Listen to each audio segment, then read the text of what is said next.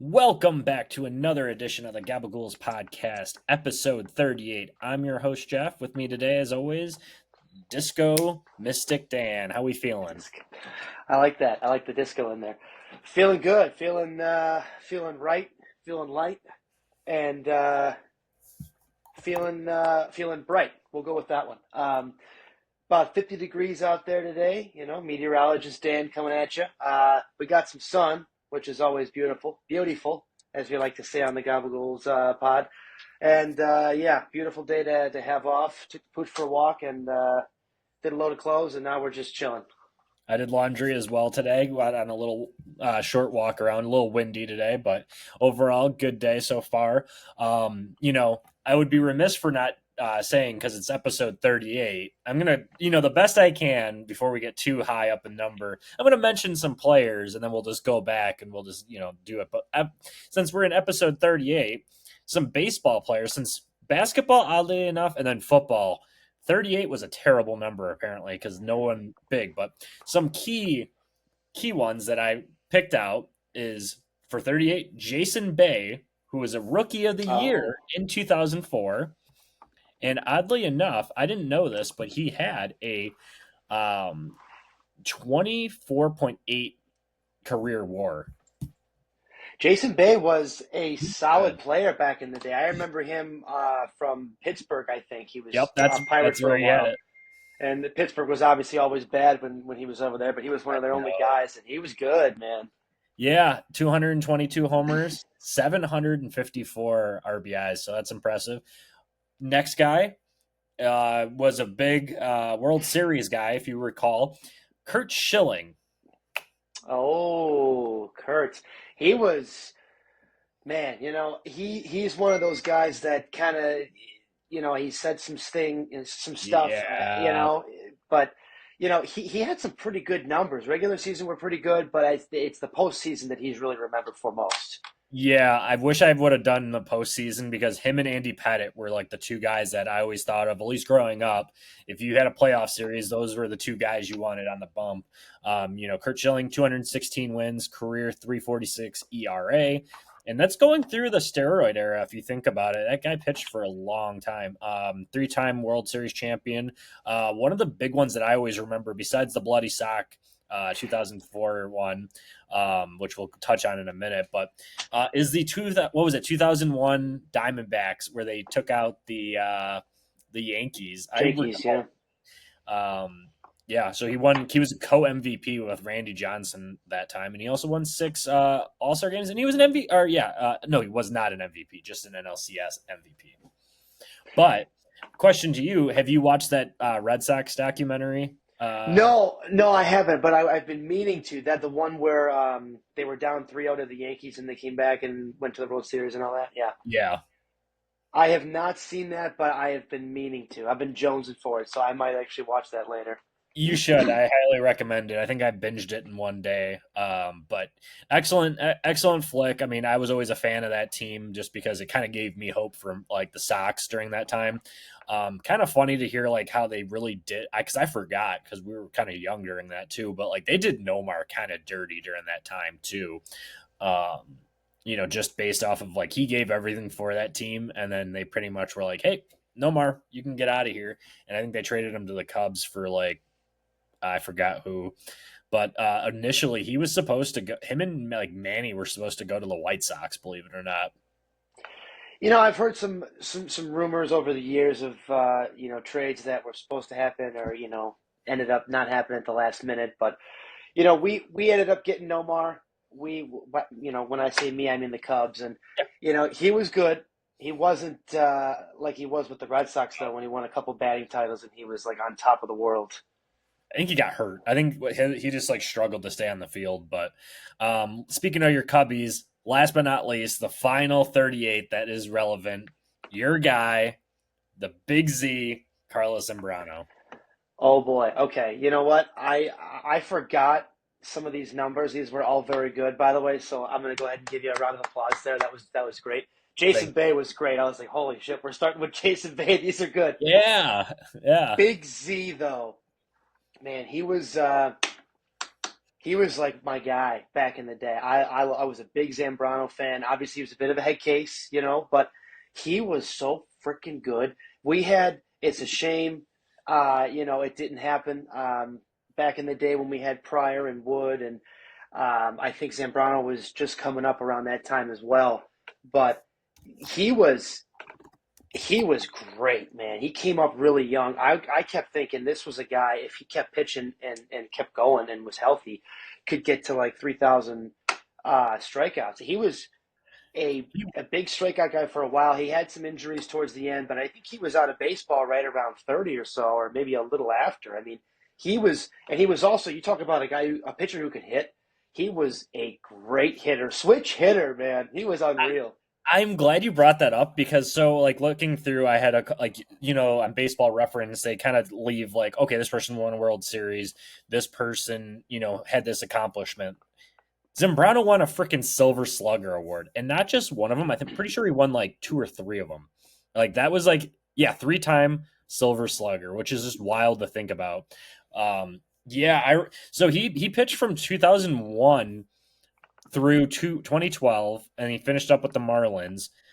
Yeah, it was it was a shame too because like right when he was coming up, so he had a pretty good ERA in 2003 and 2004 when you guys were really kind of going after it. His best obviously was in 2006 when he was actually up for a couple Cy Youngs. But yeah, those years I remember going against him, and I was like, when during the crosstown, it was always kind of a must see because it would be like, okay, let's see who are, if it was the Sox, I wanted to see Burley go against them, like go against the best. But yeah, Zambrano, what a nutcase. What a nutcase.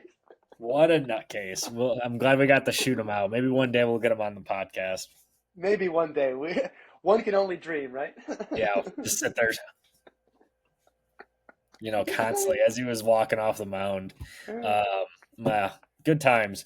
But all right, since we're on the baseball topic, let's touch on our 2025 free agent class here. All right. Well, there's another good class. I feel like the last couple of years we've had some big names out there. We've had some big money thrown around. Obviously, last year it was basically the Dodgers postseason. But you sign Ohtani and Yamamoto, albeit a lot of that was deferred. But you still signed two players for a cool $1 billion. So there's a lot of money in the sport, and there's a lot of good names out there as well. Obviously, the big kahuna, if you will, the big fish we have to start with is Juan Soto. So I'll throw it to you. Yeah, Juan Soto, you can't say enough about him. I think he's like 25 years old now, or 26. So we're talking kind of similar, I think 2018 or 2017, I think it was 2018. You had the Bryce Harper, Manny Machado, big fish year where they both turned 26 and they got those massive contracts, long year one. Juan Soto he's going to eclipse that. I don't know if he'll get Ohtani money, depending on where he goes, though, but he can sure as hell demand it. He was pretty much the savior of the Yankees for this year, outside of Aaron Judge, obviously. But I mean, the dude is 26. He's won a World Series already, batting titles, everything you can kind of want out of him. Actually, I don't know if he's won a batting title, but he's an elite asset to have on your team. And he's he'd bring fans to the stadium. That's for sure. Some of the fits that, obviously Dodgers, you have to throw them in just because, unfortunately, they have unlimited money and know how to use it. You can see him staying in New York, both sides of town now. The Mets would be very intriguing. I don't know what they would do with them, but it would be kind of fun to watch the Mets sprinkle in there. And then also the Yankees would be, if they re-sign them, they can kind of get that cornerstone. You got Soto, you got Judge, and you kind of just do everything else. And you still have Jason Dominguez as well.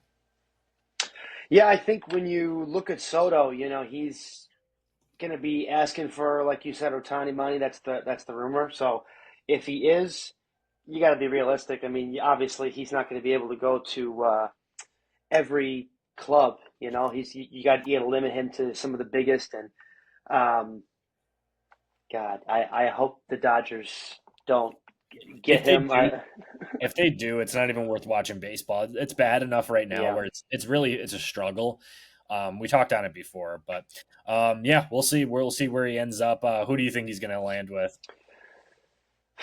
I see it being tough for the Yankees to let him go, but I've also heard that I think Steve Cohen is the guy for the Mets, and I've heard Yeah. that he will probably bid higher than the Yankees. So if it's strictly a dollars and cents thing for Soto and he wants a few extra bucks in the bank, I could see him potentially going from one New York team to the other.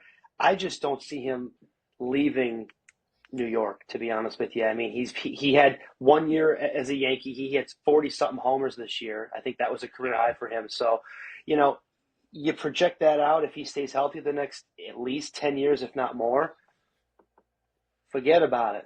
Yeah, I hope he doesn't go to the Yankees so I could actually root for him. But yeah, we'll see. We'll see what happens. Next free agent that would be discussed, and I wonder if this is the next guy on your list. Corbin Burns. It is. All right, Absolutely. perfect. Obviously he's your ace. He's on the older side. He is 30 now, which is crazy to say that's old, but like, a lot of miles on that arm. Pitched a lot for the Brewers. Signed with or got traded to the Orioles beginning of this year. Pitched really well for him. Did everything he could basically to get them to where they were. Unfortunately, you can only pitch with one person for so long. So I could see him re-signing there just because they really desperately need pitching, and to see him walk would be kind of like really rough for them. I mean, they got Grayson Yeah. Rodriguez, but it's not going to get any easier. They do have some young pitchers, but that would be rough. Another team, obviously, you have to throw the Mets in there. They also print money. Wouldn't shock me to see them. But also, I do hear this that the Red Sox are going to be spending money on big name talent this offseason. I think the Red Sox have and that Boston group have also gotten accustomed to winning. And now that they haven't had that winning season, granted, that's what happens when you trade Mookie Betts. Yeah. It's so stupid. They should have kept him. Anyway, they need that big free agent to kind of go hand in hand with Rafael Devers. And that being said, why not Corbin Burns? Lock down, your true ace. I'm glad. It's so funny because I was actually just kind of thinking Boston too when you were saying the Red Sox. They, like you said, the last few years kind of fallen back a little bit, especially not having that superstar in Mookie. And, um, you don't have Sale anymore. You just let him go to Atlanta. Look at the year he had. So they could use some more star power to go with Devers. They could probably use another bat or two to help out Devers as well. But especially Yeah. with the pitching, yeah, they don't have a one, and it would be. I mean that would be a great one. But for me, Corbin Burns, I would love to see him stay in Baltimore. I think they just got new ownership. The Orioles did, so it's supposed to have money there. I think he's going to be in the top three for the Cy Young for the American League this year. He's not going to get it with Tarek Skubal's awesome Triple Crown year, but your first year on a playoff contending team, you're in the top three for the Cy Young. That's a no-brainer. You have to keep him, and that team is so young. They do need some veteran presences, I think, to Yeah. kind of help figure some things out, whatever that is. So I hope he stays in Baltimore. That's my main one. Yeah, I know. I'm kind of rooting for them too, since I really don't have a dog in the fight for like the next 15 years. We'll see. Moving on to the next one. Let's see if this is the same guy you have. We're going to talk about Roki Sasaki from Japan. Yeah, this guy is supposed to be the bee's knees, right? I mean, Yamamoto just came over and signed, and I think he is just a couple years older than Sasaki. So you're talking about a guy who's even a little bit younger, who's a flamethrower apparently over there. His ERA has been about two of the last 3 or 4 years. Um, I don't think you could have a bigger. He's probably the biggest pitching free agent. I mean, obviously Corbin Burns is out there. There's a couple other really big names, but with the age and what he's done, this kid could demand some serious money. Yeah, building off of that, like you said, probably the biggest fish in the sea now, just because, like, before there was a lot of speculation. Can you come over from Japan and pitch at a high level in the major leagues? You think back to some of the other pitchers that have come over, haven't been as dominant. Um, Otani changed that. He threw that out the window. And then Yamamoto, also elite asset. Both are on the Dodgers. That being said, are we going to see a reunion? Or not a reunion from Team Japan for the World Baseball Classic? I could see it. That would be my front runner because they seem to just throw money around, like I said. But also another team in California that you could kind of consider, San Diego Padres. That's another team that like wants to win, and they feel like they're right there. I think that the problem is they beat themselves. I think they have way too many egos on that team. I know when they blew that series against the Dodgers in the postseason, that was a big, they said they were kind of going after each other in the locker room. Might not be, he might see that and not want to go there. But also, you have to throw the Yankees into that conversation as well. They need pitching. New York would love him too, just because, like you said, flamethrower, and overall they could use him. But we'll see what happens. Who would you say is your dark horse? Dark horse. I don't know if we need him, but how about the Chicago Cubs? We just You brought always Shota need him. over, and we got him for, I mean, a freaking steal, right? Yamamoto's the $300 million man. Shota, I think we signed for like Yeah, 50, 55 or yeah. something. He's a little older though. That's why. It's why you got him cheaper. Where Yamamoto is what, 25? Yeah, obviously he's a little bit older, but I mean, for the year he had and what He he was had done amazing. coming over, and I think he had some better offers out there, but he wanted to come to Chicago. So, you know what? Maybe having someone over there. I like the San Diego pick too because they've got Darvish. Maybe there's some familiarity there. Yeah. So I mean, those two could be dark picks. What about a team, maybe even like the Phillies, came up a little short this year. They could use another, big time starting pitcher. Everyone obviously could. I think their issue would be just because they have a starting five already. They just got hurt down the stretch. I think that was the biggest problem.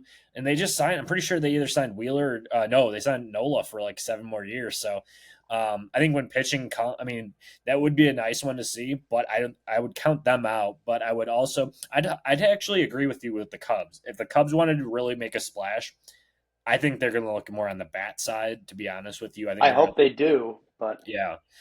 I'm trying to think of another team, maybe like Texas, somebody else that would just be like one of those teams that will just throw enough money, or the Giants. Giants haven't had any like really big starting pitchers until the next guy I'm going to bring up, Blake Snell. yeah, Snell's another big one. You know what? He had a nice finish to the year, right? I don't know what his numbers were on the season, but I know he had, the basically no spring training, had to kind of try to figure things out the first month or so of the season, and that's tough to do, even if you're one of the better pitchers in the sport. He is um, still not. I think he's right around 30 or 31, so he's still got more than plenty of years to go. Great pitcher. San Fran's one of those teams. I don't mind the Sasaki or Snell going back to San Fran. The problem for me is San Fran is in a tough division with LA and San Diego now kind of reascending, if you will. Um, San Fran, I didn't love them going into this year. They don't have a ton of star power. They try to do it, with, kind of analytically, if you will. They did not have a great year. They've got to figure some things out. If you're a big free agent, do you want to play on a team that is, heck, you got Arizona in that division too. I It's mean, expensive. It's expensive to live in San Francisco too, and I think that's one of the reasons too that a lot of players kind of defer from going there. But like you said, though, even with them being in a tough division, I think if they can put enough like good talented players together, and I think that's what Buster Posey's kind of goal is in the next coming years you're going to see a lot of these, like I bet you they start pulling the trigger on some trades and really bringing in like quality talent. Some of their guys, the young guys, haven't really hit yet either. But back into Blake Snell, Coming off the Cy Young year the year before, that's what got him paid. Like you touched on as well, he didn't pitch or no spring training. He didn't pitch for like the first 8 weeks of the season. I felt like, and then got hurt a couple times as well. Did pitch well during the down the stretch. Finished with like a 5-3 and a 3.12 ERA. That's kind of his career average is around 3.19. So he's an elite pitcher. Some of the teams, I mean, I could see him re-signing with the Giants if they can make a compelling offer. Be like, hey, let's get this deal done.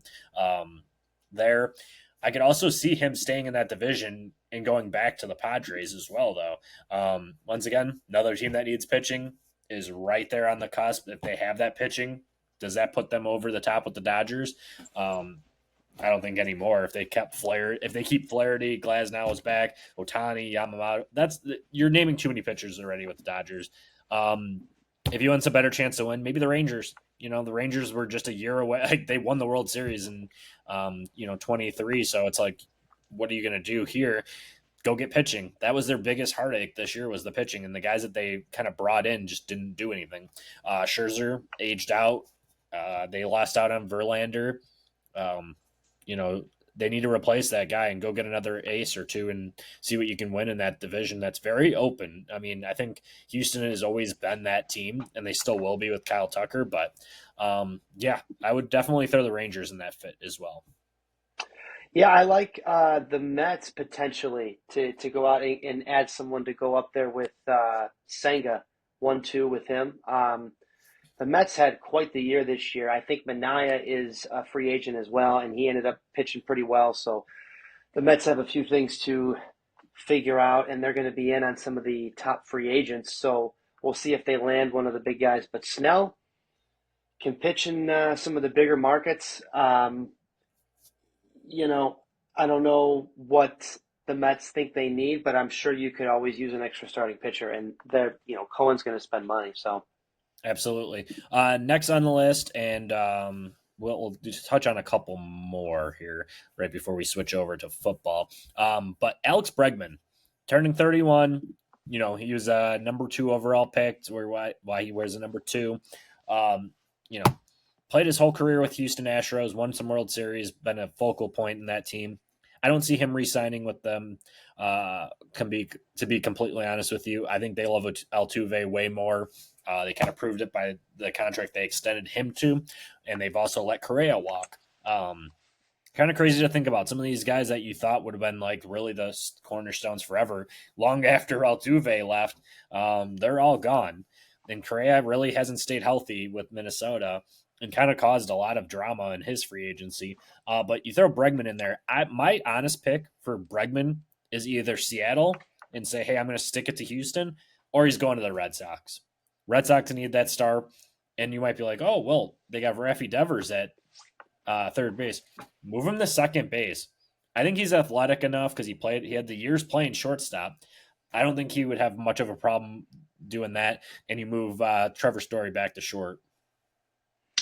Now that's an interesting one because Bregman, if I'm not mistaken, I don't know if he won a Gold Glove this year at third or not, but he's pretty good over there. So, that would be interesting though especially if you had those three on the infield, and then they have that Casas, I think, at first, who looks like he's decent. Yep.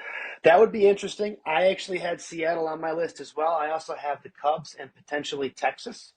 Just to say, hey, Houston, you don't want to resign me. You want to, try to keep Kyle Tucker or somebody else. Okay, maybe I'll go play for Texas. Bregman still has a lot to give too. Very good player, easily one of the top third basemen in the game, and he's a guy who just posts. He's there year in and year out. He's pretty much there, 157 games every single year. Very durable player. Has a really good eye. Plays a really nice third. He does a little bit of everything, so he could fit with a lot of clubs.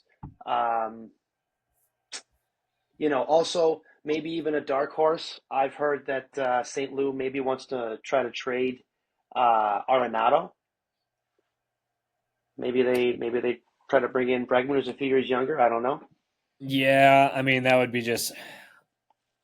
I don't know who would take Arenado at this point in his career, unless it's really cheap. I mean, the Yankees need him for sure. That could be a scenario that we toss out, but you have to go and look. Um, you'd have to look at some teams like for sure that would want Bregman. Everyone wants him because he's an elite asset out there. But I mean, the Cubs would not be bad either. They definitely need him. Next guy is another pitcher, kind of the third one here. Max Fried. Didn't know he was a free agent coming into this podcast actually, but a three-time Gold Glove winner, and then he was a starting like one of the top starting pitchers for the Braves for a long time. Some of the teams that are potential fits for him, your Chicago Cubs, the Padres, and the Rangers, all teams that really could make that next step, get that left-handed pitcher that you guys need, and you can mow them down. And I think honestly, the AL is very winnable again. The Astros don't really scare me like they did. Their pitching is either hurt the entire year or their hitters are getting banged up. I don't really see anyone that came up like they had that, for that 10-year stretch where if you felt like everybody who came up for Houston was a star. I don't feel like that's the case anymore. I think their development has kind of gone down the shitter a little bit, and I'm going to probably get some heat for it. But you know, you want to look at some of these teams like the Rangers; they could win that division. Seattle, right there. You go and you get that pitching. I mean, Seattle's pretty set on pitching, but I mean the Cubs. That'd be good. Go get a lefty. It's a winnable division. The only one that you really have in that division is Milwaukee. Pittsburgh is coming. Cincinnati, they're right there too. If they start getting some pitching, I don't know if they'll spend. Those teams, I don't know if they'll spend enough. Pittsburgh is a maybe where they could spend on a hitter. But, I mean, go get Max Fried, and you can kind of make some moves from there. So mine would be the Cubs I would pick. It's funny you just brought up some of the NL Central because I wrote down a couple of those teams too. What if Milwaukee wanted to try to stick it to the Cubs and the rest of the division and go out and get another big time starting pitcher? Peralta has stepped up. He was the Yeah. three over there with Burns and Woodruff for a couple of years, and Peralta had a solid year. I mean, you get a guy like Fried to go over, he could be interesting. Cincinnati though too, I think is very interesting. Tito Francona is coming out of Yeah. retirement, and you know what? What does Cincinnati need? They have got a ton of young position players. They need pitching more than anything. Yeah. How about? And I know it's tough to pitch in that ballpark. It's a great hitter's park. But you know what? Freed's a really good young enough. I think he's actually 30 now too. But he's honestly, when healthy, one of the better pitchers we have, especially lefties in the game. Yeah. And what about potentially San Francisco too? We don't know if they're going to Yeah. keep Snell. He could potentially go over there, get Be a a few one-two bucks. punch with Logan Webb. I mean, that's that. Once again, if you start Right. talking about some of these series that you need to only win 3 games or so, I mean, you make that wild card round, you only need to win two. Snell and you have Snell and Logan Webb. That's tough. Logan Webb, Max Fried, still tough. Like that's give yourself a shot with that. That being said, Cincinnati is someone who desperately needs pitching alongside our AL East Orioles as well.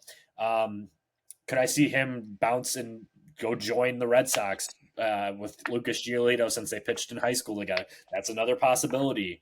Couple possibilities for these guys that teams need pitching as well. Also, too, maybe Arizona as another dark horse. They could use Yeah, another guy. They Montgomery's fun. signed Montgomery to I think a 1 year deal. I don't know if there was an option. I think he's a free agent. I got Yeah, to check on that. they let him go. They were like, Okay. "Yep, one and done. That was a mistake." They basically said that was a mistake.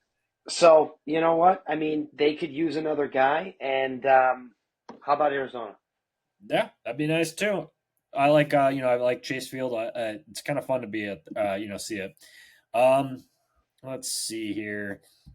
Anthony Santander, another Orioles player. Kind of would not be shocked if he leaves the O's. They have so many position players on that team that, especially in the outfield, a lot of prospects that kind of just got put down the list. Just couldn't make it out of the minors because of the logjam. I got a perfect team. I got a couple teams for him, but the main team is the Cubs, coming off a big year. Yeah, Uh, Put him at DH. We got guys to play the outfield. The guy, if you're going to hit 40 homers, the Cubs were, I think, either 12th or 20th. It was that and runs scored or whatever this year. But yeah, we need to add some pop to our lineup for sure. And a guy hitting 40 something homers is nice. So, you Yeah. know, he could be interesting. You Guardians know, Guardians need a hitter. They don't really spend though. They don't really spend like that. yeah. Um, so I can't you really can't clown on them. The Phillies, I can see the Phillies doing it just because they love just to filter in new talent every year. Cubs would be interesting. We can talk about that another podcast. We should, spend a lot of time on what they would do and what they would look like if they somehow got Pete Alonso and Bregman or Pete Alonso and Santander and just really mashed. That'd be sick. It could be. I don't think they will though. I think they'll get maybe one of them, and then they'll still do these half measures, and that's what's going to end up getting Jed fired if he doesn't start spending the money and getting someone else besides Bellinger out there. I mean, they got Swanson, yes, but he's been all intents and purposes, he hasn't been that guy that can be a 1 or 2 in your lineup. He's more of a 9. Yeah, he's more of a 5'6" guy. You don't need him. I mean, he's a Gold Glover at short. I mean, Yeah, he plays a great defense, and I think there's a few positions on the field that you can overpay for. But yeah, you need a couple bigger bats for sure. yep. Speaking of Pete Alonso, we Cubs. already touched that, in other podcasts too. We'd said that wouldn't be shocked if he landed with the Cubs. That would just be kind of a great fit. They have a first base open, or DH. Another team, Astros. Astros would be just that team that really stick it, depending on where Bregman lands or anybody else. If they really want to stick it to the league, go get Santander or go get Pete Alonso and just mash the ball. Got Jordan already. You have Kyle Tucker. God, imagine going through Altuve. That'd be an insane, like 1 through 4. And then you have to put them right back at the top then if they land one of those big hitters. Yeah, the polar bear is an interesting one. It depends on for him. I mean, if he wants to make a few extra bucks, or if he wants to maybe try to win, depending on where the contracts land. But yeah, the Cubs would be an interesting fit. I'd like to see him. Obviously, I mean, the average is a little bit lower sometimes than you'd like with him, but he posts every day. Plays a pretty solid defensive first base. I think he's gotten better over there, and the home runs are going to be there every year, 30 or 40. I mean, he's going to have some more big years too. So he'd be interesting. I think a couple other teams we've mentioned. I mean, what about I don't know who. I think Texas might have. Nate, I forget his name, but he's good. Halo. You could upgrade with the polar bear though. You could also see maybe if San Fran wanted to make a big splash and they wanted to overpay a little bit, you could see him maybe going over there. Or like you said, Cleveland doesn't spend a lot. I think they might have Naylor playing first over there, who's really Yeah. good. But you could probably have him DH if you really need it. Yeah, absolutely. I think you can't count out the Mets. I think if you had to honestly tell him, Yeah, ask me who he's going to go with, I think he resigns with the Mets. I think they do yeah. right by him.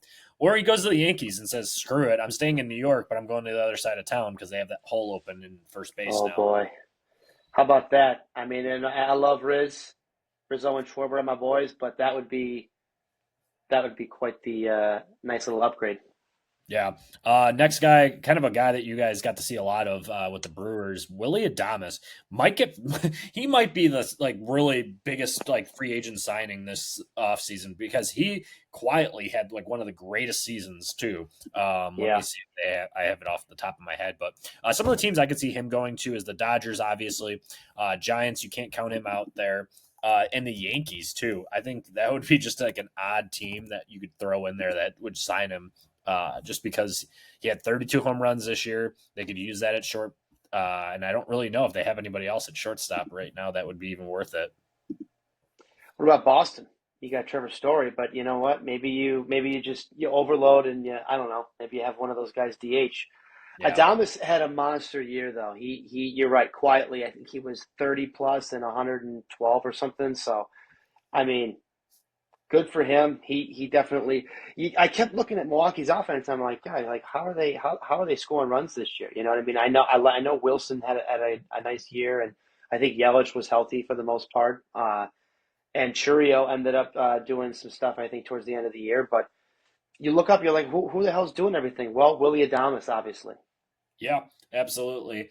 Um, could be interesting. I think the Blue Jays are just kind of an odd team that like people want to. They'll spend the money, but do people want to go play in Toronto? I mean, Vladdy might be on his way out. That would be a trade target. I could see him getting traded probably mid-year.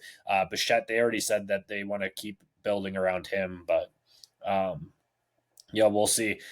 Good player. I could see him maybe ending up in the Cardinal system, but that's once again that they're a weird team. They're kind of aging out as well. Last but not least, the guy I want to mention is Jack Flaherty. Had an awesome year, signed a pretty good deal with Detroit. Um, got traded to the Dodgers, pitched well during the season, kind of got lit up near the end of the year. Even in the playoffs, there was a couple of those games where he just looked like crap, gave up a lot of runs. Doesn't matter, still a World Series champion. My team, I think he's going to as well, is going to be Boston. I think he will go pitch with Giolito. I think they're going to go get free Giolito and Flaherty just because, like I said, they'll have that storyline, and that's what we do now is we just build off of storylines. Flaherty he's a really interesting one too because just a couple years ago he was one of the top younger pitchers we had in our game, pitching for St. Louis. He was great, and then had a couple injuries the last few years and hasn't been able to get back to form. And then this year had a really nice kind of comeback year, if you will. Pitched pretty well for the most part in the playoffs. He's an interesting one. I don't know if I see him staying with the Dodgers. I know he just said he'd like to stay there. Of course, who wouldn't? You just freaking won. You got Otani for 9 more fucking years. Yeah. But the Dodgers have too much pitching. I think, another team that could be interesting if they make the move for him. What about Cincinnati? Mentioned them a couple of times, or even Arizona again. A couple of teams that could use another, guy to Do you be a think 2 or a 3. Do you think they'll spend though? That's my fear with Cincinnati. Is Cincinnati's going to be a team that trades with like the White Sox and goes like and gets Crochet, or they just develop from within. They had Rhett Lauder come and make a couple starts too. That's kind of my fear with Cincinnati. I want to see them spend. I want to like a lot of these teams could be perfect fits for them, but we've seen them do it in the past and it just hasn't gone well. Now maybe it's like a new regime. Are they going to spend? I guess that'll be, we'll have to see. We'll have to keep a close eye on that. Yeah, I don't know how much they've spent in their franchise's history. I know Votto they gave a lot of money to. They've had some other contracts. I think Brandon Phillips back in the day had a few bucks, and maybe Homer Bailey. But um, yeah, that's a team right there though, and I don't want to see it because they're obviously in our division. But they've got a lot of good young position players. Some of them need to still kind of take that next step and get a